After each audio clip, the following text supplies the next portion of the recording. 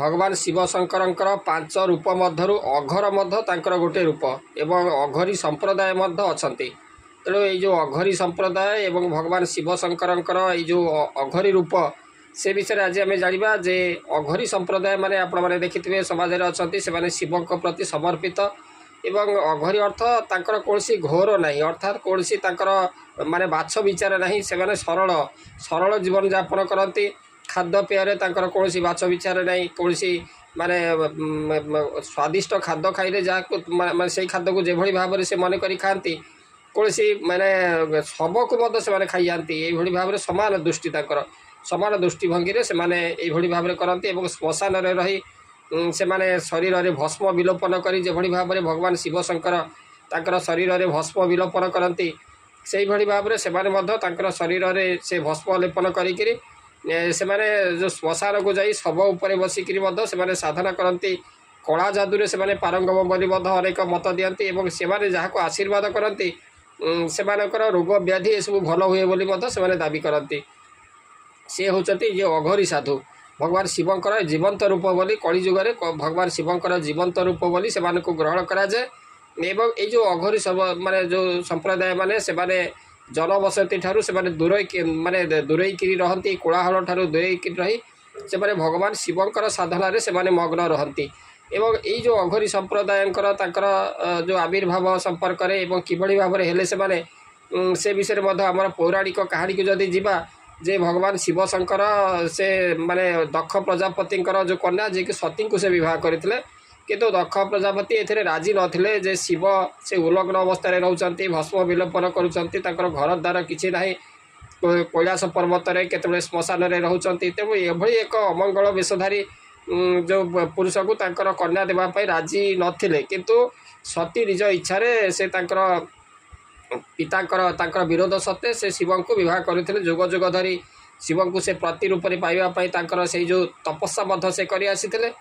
एवं तापर कौन है ब्रह्मा द्वारा आयोजित एक सभा होता एक यज्ञ होता से यज्ञ समस्त देवता उपस्थित थे समस्त को आमंत्रण करा देवता मुनि ऋषि समस्ते उपस्थित थे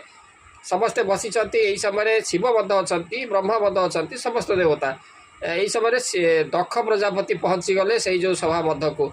ये जो यज्ञस्थल को पहुँची गले से दक्ष आसवा खड़ी अन्य देवता मुनि ऋषि मैंने छिड़ा होकर दक्ष को स्वागत जनइले किंतु ब्रह्मा एवं शिव किंतु निजर आसन रू उठिले ना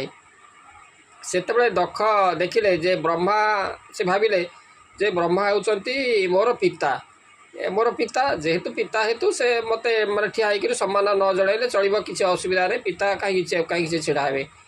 किंतु शिव तो मोर जामाता मोर कन्या सती को से बह करिछि तेणु सी मते प्रणाम जणाइबा कथा किंतु शिव से भाई भाव में आसन में बसी रहिले यहाँ दक्ष को बहुत खराब लगिला एते देवता बड़ बड़ देवता अच्छा से छिड़ा हो गले ए शिव कहीं मोर जामाता होकर से छिड़ा हेले नहीं तेणु से माने बहुत शिव क्रोधान्वित हो जल टेकिकी से शिव को अभिशाप देले जे आज ठारू शिव कौन यज्ञ अंशग्रहण कर कि यज्ञर भाग से पाइपर ना यही अभिशाप दे से स्थान परित्याग कर चलीगले किंतु से जो दक्षकर ये शिव प्रति ये जो अभिशापटी सेटा माने बहुत खराब लगे शिव से स्थान छाड़ी से चलीगले किंतु नंदी जो शिवंकर जो बाहर नंदी को किंतु यहाँ बहुत खराब लगिला से खराब लगिला से माने से कहले जे दक्ष भगवान शिव को जड़े साधारण मनीष भावी अभिशाप देले किंतु एठारे थिबा जो विज्ञ पुरुष माने मुनि ऋषि माने जो माने अछंती उपस्थित अछंती से माने यहाँ को किभली भाव में अनुमोदन कले यहाँ को किभली भाव में स्वीकार कले शिव निंदा से माने किभली भाव में सहिले तेणु से जो नंदी से उपस्थित समस्त को गोटे अभिशाप देले ब्राह्मण माने जो अछंती जो यज्ञ कार्य माने यज्ञ कार्य करने ब्राह्मण माने अछंती से को एक माने कठोर अभिशाप देले से माने एते ज्ञान थाई से माने ज्ञान रहित हो एवं माने वृत्ति पाए तांकर जीविका पाए से द्वार द्वार बुलिक भिक्षा करने को पड़ो बोली यही एक माने चरम अभिशाप देले से जो ब्राह्मण जिते ब्राह्मण थे समस्त को तेणु से माने यही माने अभिशाप देले जे दक्ष कथा को शुणी से माने से ज्ञानी माने ज्ञानी एवं ज्ञान एवं तत्वविहीन हो स्त्री वशीभूत हो कामी हेबे एवं दक्ष ये जो भाव में जो ज्ञानहीन कथा कही कारण से छेली भली छेली मुंड प्राप्त हेबे एवं छेली भली मध्य से मे मे करेंगे यही भाव में अभिशाप देले एवं जो ब्राह्मण माने अभिमान वशत या अनुमोदन कले नदी नंदी साप देले जे से ज्ञान रहित होइजिबे ज्ञान रहित होइजिबा सहित से दरिद्र हो जाए निजर ज्ञान को से धन कामन से विनियोग करेंगे एवं क्षुदा मेटाइवाई से दार दर बोली भिक्षा मांगवाक पड़ो एवं नंदीकर ये साप शुणी भृगु ऋषि को बहुत खराब लगिला से क्रोधान्वित हो समस्त जो शिव भक्त जो मैंने अच्छा से समय जो शिव भक्त मैंने से हैरान करने भली एक अभिशाप देले से अभिशाप दे कहले जे शिवंकर जो सहयोगी हेबे आज ये जो शिवंकर वर्तमान कैलाश से अच्छा माने उलग्न वेशधारी से भली शिवंकर अनुरूप से सहयोगी हेबे से भली पूजा करेंगे यही समस्त व्यक्ति से माने धर्म प्रति बाधक हेबे एवं वेदशास्त्र विपरीत दिगरे जाई से पाषंड होइजिबे से जटाजुट धारण करी देहरे शिवंक भली से भस्म लेपन कर शिवंकर दीक्षार से प्रवेश करेंगे यही समस्त शिवभक्त से मद मांस भक्षण करी से कान को फोड़ी से मुदी पिंधि से श्मशान में निवास करेंगे भृगुंकर जो अभिशाप कारण यही भाव में जो शिवंकर अंशधारी जो माने शिवंकर रूप भली ये जो अघर साधु मानकर सृष्टि होता बोली कहुए तेबे ये जो अघरी मैंने से माने पृथ्वी में शिवंकर जीवंत रूप एवं तांकर से भाव में रूप को देखि अनेक भयभीत होती तेणु ये जो अघर संप्रदाय साधु मैंने से तंत्रविद्या एवं कला जादुरे से सिद्धहस्त बोली लोके कहती तेणु ये पूजा पाठ द्वारा से छेली मेढ़ा कुकुड़ा आदि प्राणी को तमाने बलि रूप से अर्पण कर आहुति दियंती ये जो अघरु साधु बा तपस्वी मैंने से शक्ति प्राप्त निमंते शिवंकर तांकर जो भैरव अवतार एवं देवी कालींकर से पूजार्चना करती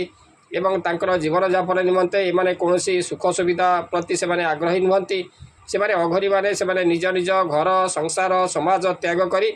से श्मशान में एक कष्टकर जीवन से बीतई था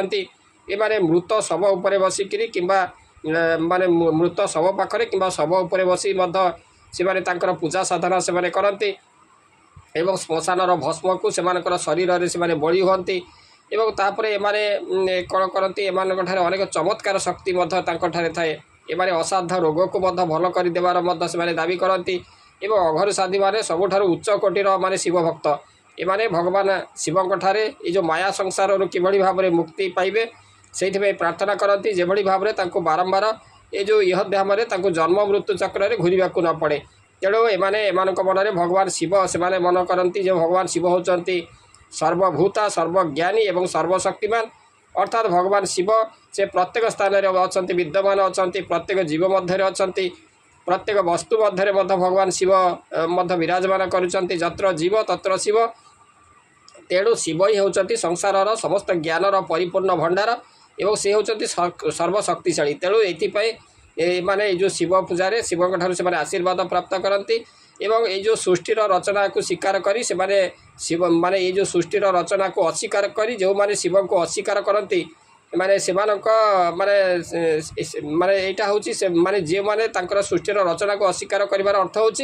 शिव को अस्वीकार करवा ये जो शिवंकर प्रसाद में एमानकर कौन भेदभाव न थाए निजर मूत्र भी एमाने से पान कर दियंती ये जो अघरी अर्थ हूँ से मध्य कौन जिनिस गंभीरतार सहित से पार्थक्य से करती ना तेणु माने समस्त समान भाव थाए तेणु यही भाव में जो अघरी संप्रदाय संपर्क में भगवान शिवंकर एक जीवंत रूप ये संपर्क में आपण मैंने जानिले आशा करे जो आलोचना आपण मानक भल लगी। ओम नमः शिवाय।